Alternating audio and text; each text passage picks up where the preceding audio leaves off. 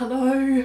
Oh my goodness, it's been well over 6 weeks since I've sat down and filmed a face-to-face video, and it's really feeling very awkward. Now I've got to get back into the swing of things. How are you all doing?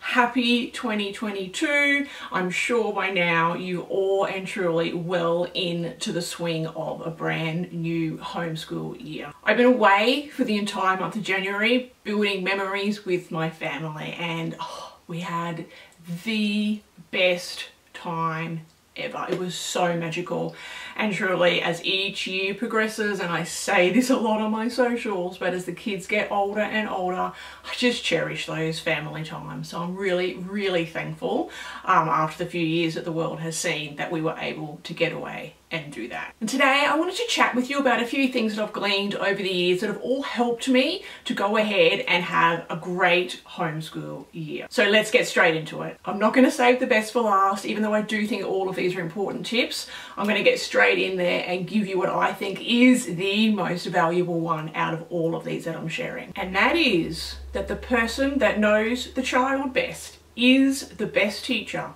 for the child.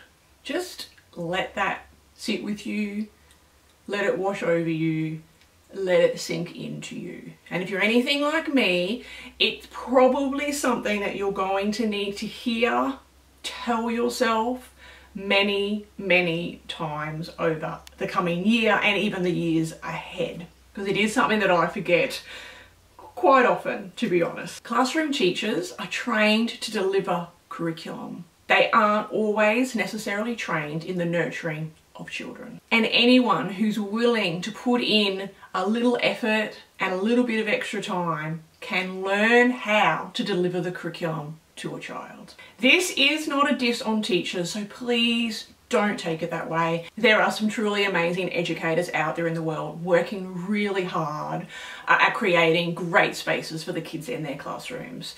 I am simply talking about the system and the education degrees themselves, not individual teachers. When I stopped placing teachers on a pedestal above myself was when I finally realised that I could do this, and I could actually do a damn decent job at it too. I think this one probably goes without saying, but I wanted to include it because it is pretty important. Organise your space.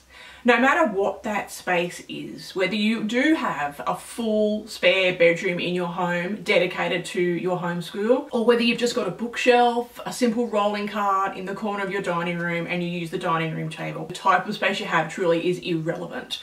But the space that you do have, if it's well organised with supplies that you will use on a regular basis that are easy to grab, it's going to save your sanity over and over again. Trust me on that. Spend some time organising your space so that everything is in reach and everything has a place and you all know where everything is. This one I know I've mentioned on plenty of occasions, and that is working on creating a rhythm or a routine or some type of schedule for your day. I'm not talking about having a timetable, but if a timetable is something that works for you in your home, go for it. It's your homeschool. Do it how it works best for you and your kids. But for me here, having that routine or rhythm, we don't do timetables, it doesn't work here for us, but we all know what's coming next. We all know what we start our day with, what follows that, and what comes after that. Things that change are different outside activities,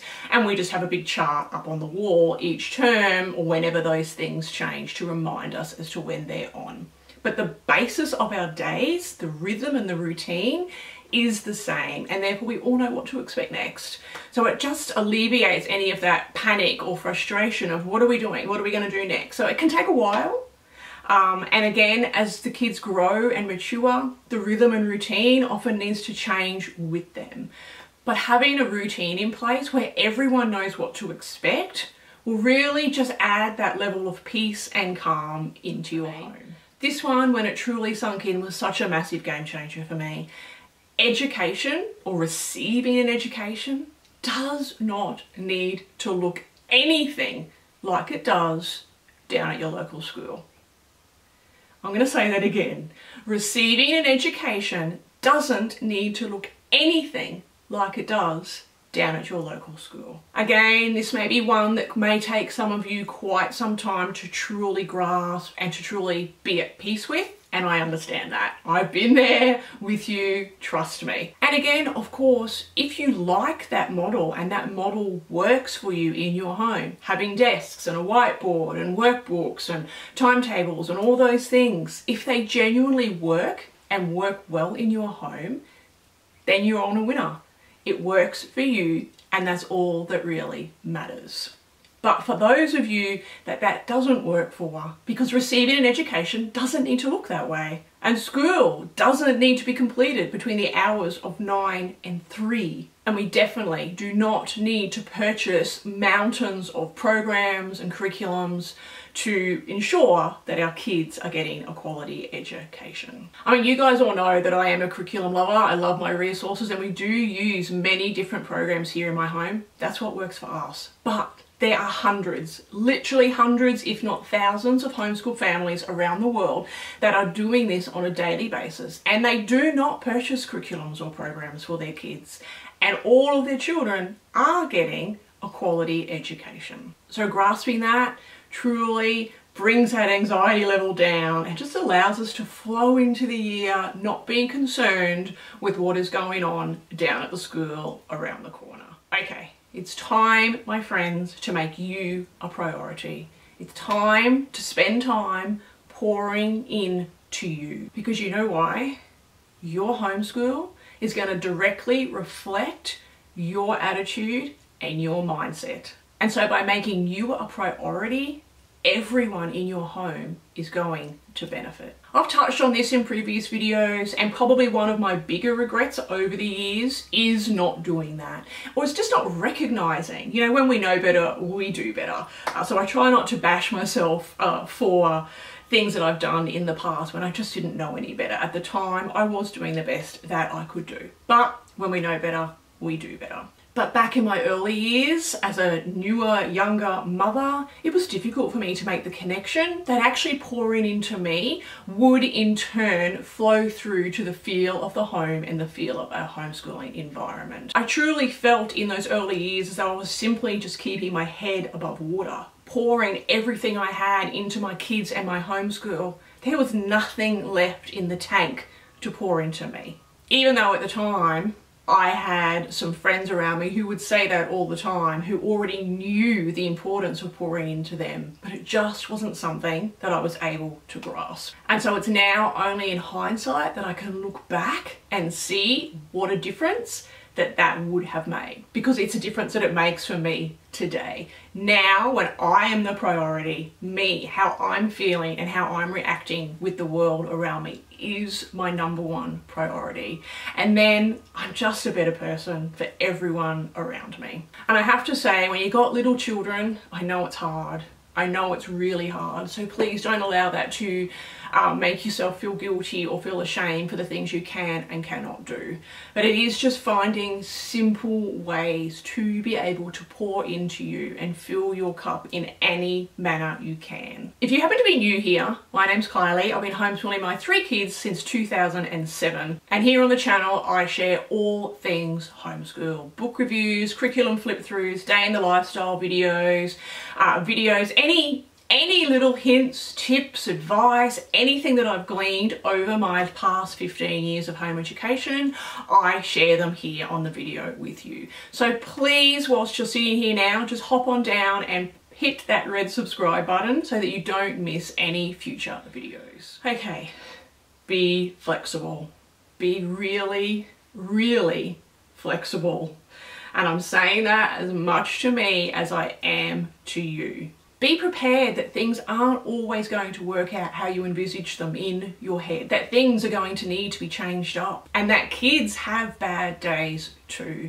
I think as adults we can often forget that. It's okay for us to not be feeling great and have a bad day, but we expect our children to be doing their best every single day of the week and every moment of the day. They're human too, and we all have bad days. And if we can anticipate some of those negative, I don't like using those words because they are just a part of life. It's not really a negative, it's just when things don't go how we envision them in our head. If we can anticipate those things happening, when they do crop up, they're not going to rock our boat as much as when we have this strict schedule that we all must keep on and everyone must be happy and diligent and doing their work and doing the best that they can.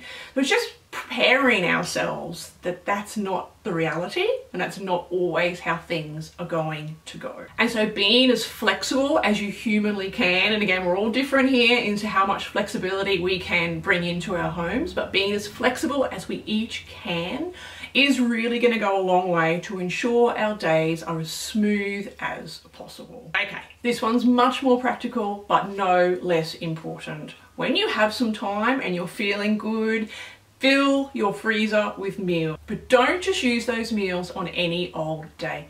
Keep them for when those days are rough and you get to 5 o'clock and the house is chaotic mess, dad's about to walk in the door and you have no idea what on earth you're going to put on the table. You're going to have a freezer full of meals that you can easily pull out and have to feed the family. You will never regret doing that. So I'm going to touch on socialization here. And look, we all know that opportunities abound for our children. At any day of the week, my kids could probably attend 10 different classes, workshops, park plays, sports activities, and all manner of things out in the community.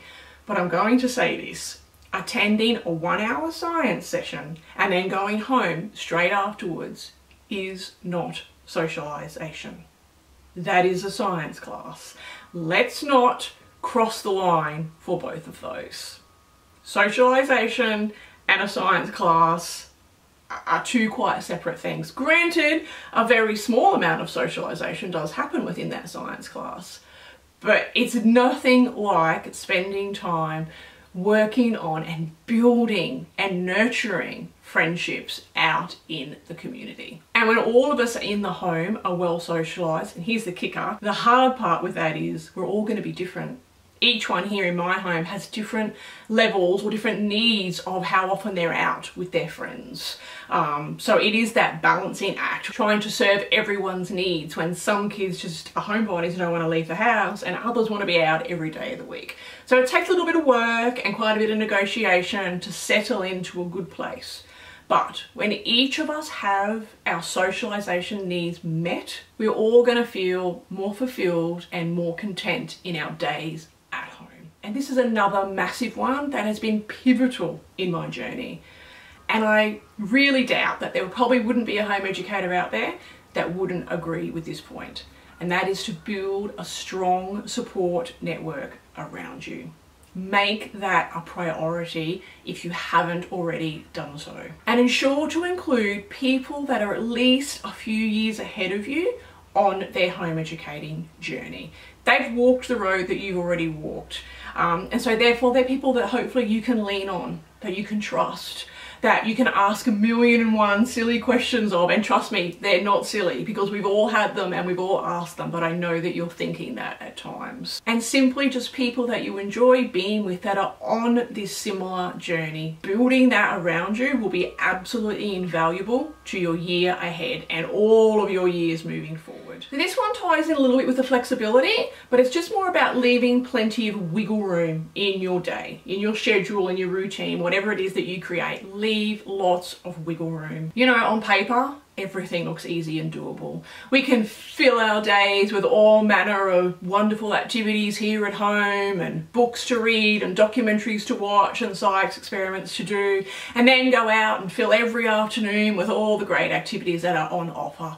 But where is the wiggle room in our day? This has been one of my biggest struggles in my entire 15 years of home educating, because there's just too many great things to do. There's too many great programs. There's so many great activities out in the community. Is trying to do it all and still allow downtime in our homes. But it really is remembering that in these moments, quite often, less actually is more. And I have a bonus one for you. If you haven't tried your hand at family style learning, or if you're even unsure of what that actually means, then I urge you to go find out some more and incorporate as much family style learning as your home allows. Again, we're all different. We've all got different kids, different ages, different interests, all of those things, but as much as you can comfortably allow.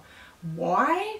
because it's going to alleviate so much preparation time on your behalf. It's going to alleviate so much time you need to spend individual time with each child.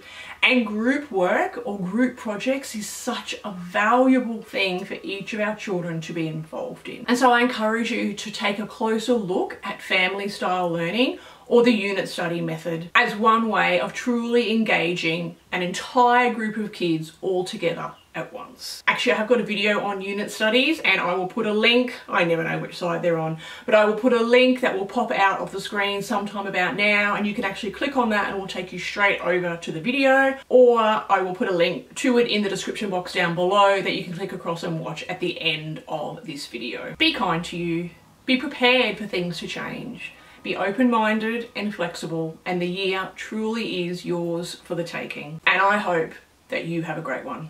Until next time, bye for now.